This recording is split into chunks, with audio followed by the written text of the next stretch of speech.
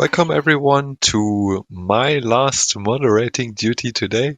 I'm delighted to introduce Dave Keicher, who is the Vice President at IDS, and he will tell us today about their next generation uh, aerosol print technology. Dave, over to you. Thank you. Hello, and thank you everybody for participating. We're from Integrated Deposition Solutions, and we want to talk about this next generation aerosol printing technology we've developed. We think it is really beneficial to a lot of people. So we'll start off providing introducing the Nanojet, kind of a little bit of an overview.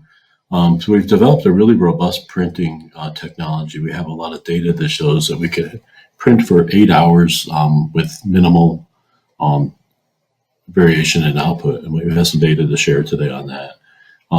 Because of the technology we've been able to license from Sandia National Laboratories and what we've developed in the printhead itself, we get very good line edge definition. So we have reliable, consistent line widths down to 10 microns in either conductors or dielectric materials.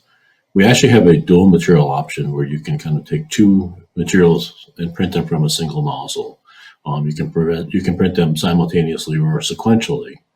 The system is easy to operate and maintain, and so it really makes it a nice system to use for production applications as well.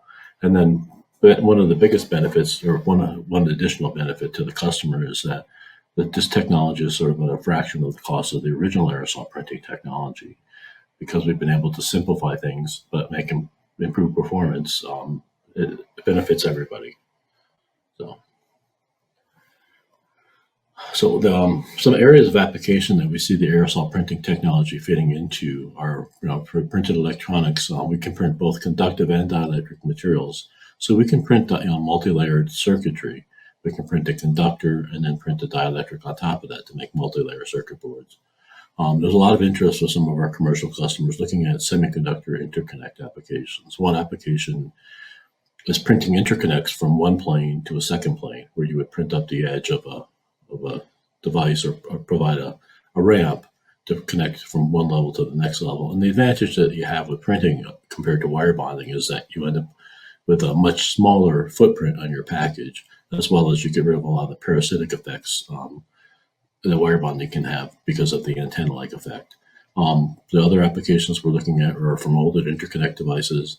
And then also the technology has a really good standard working distance. So it really plays well in the 3D printed electronics field. We can print over lots of non-planar surfaces. And you'll see as we get going here about some of the advantages. So I mentioned earlier, we basically have a very good understanding of the aerosol printing technology when we developed this. We had developed the original technology. And we licensed the technology from Sandia National Labs, so it really allows us to collimate a polydispersed aerosol stream. So our aerosol particles range in size from about a half micron to 5 microns in diameter. And we can collimate and focus those really well and get really good clean edge, line edge definition.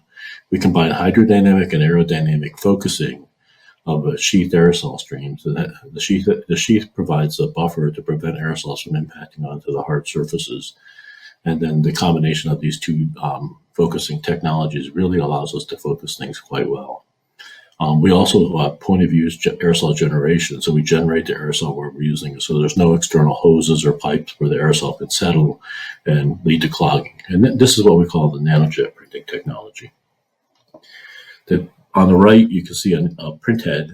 It consists of three main components. There's a removable ink cartridge. The ink cartridge contains the ink, of course. It also has a transparent membrane on the bottom where the ultrasonic energy from the ultrasonic transducer and the atomizer base is transmitted through, and the aerosol is generated inside the ink cartridge. The atomizer base is used to attach the printhead to a motion platform, and it contains the ultrasonic transducer and the power supply board or power board for the ultrasonic transducer as well. There's a coupling fluid inside of the atomizer base that's used as to transmit the ultrasonic energy from the ultrasonic transducer up through the membrane in the aerosol in the ink cartridge to then generate the aerosol. And then finally, there's a flow cell.